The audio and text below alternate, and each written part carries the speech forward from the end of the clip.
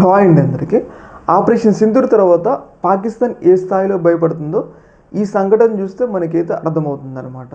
పైకి మేము భారత్ మీద విజయం సాధించడం, భారత్ యొక్క రఫేల్ విమానాన్ని కూల్చేసినాం అని చెప్పేసి పైకి ఎన్ని గాంభీర్యాలు పలికినా కానీ లోన ఎంత భయపడుతున్నారో ఈ సంఘటన చూస్తే మనకైతే అర్థమవుతుందన్నమాట. మనం రీసెంట్గా గమనించినట్లయితే పాకిస్తాన్కి సంబంధించిన ఎయిర్ డిఫెన్స్ వ్యవస్థని పూర్తిగా నాశనం చేసినాం అనమాట. అయితే వీళ్ళల్లో ఒక భయం అనేది అలముకుంది. ఎప్పటికైనా కానీ భారత్తో గనుక ఫుల్ స్కేల్ వార్ వస్తే మనకి ఎప్పటికైనా థ్రెట్ అని భావించిన ఆ దేశానికి సంబంధించిన ఆర్మీ హెడ్ క్వార్టర్స్ని ఏదైతే రావల్పిండి నుంచి ఇస్లామాబాద్కి తరలిస్తున్నారు, అక్కడ కొంచెం సేఫెస్ట్ ప్లేస్ అని చెప్పేసి.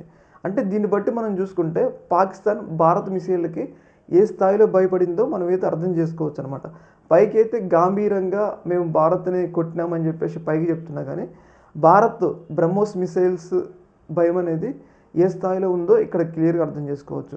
అంటే మనం ఫుల్ స్కేల్ వార్ రాకుండా కేవలం 2-3 మిసైళ్ళు ప్రయోగిస్తేనే పాకిస్తాన్ ఇంత భయపడిందంటే ఇంకా ఫుల్ స్కేల్ వార్ వచ్చి మనం ఫుల్గా యుద్ధం చేస్తే పాకిస్తాన్ అనేది ఏ స్థాయిలో ఇబ్బంది పడుతుంది, ఏ స్థాయిలో తీవ్ర స్థాయిలో కుమిలిపోతుంది అనే దానికి ఇది నిదర్శనం అనమాట. ఒక డైలాగ్ ఉంటుంది కదా, మేము సరదాకి నెత్తిరి పగిలింగినోండి అనే డైలాగ్ ఉంటుంది కదా. సరదాకే ఒక 2-3 మిసైళ్ళు వేస్తేనే మీరు ఆర్మీ హెడ్ క్వార్టర్స్ మార్చుకున్నారు. మేము రియల్గా మరి కొట్టాలనుకుంటే మాత్రం మరి ఇంకెట్లుంటుందో పరిస్థితి అయితే ఇంకా పాకిస్తాన్ అయితే అర్థం చేసుకోవాలన్నమాట.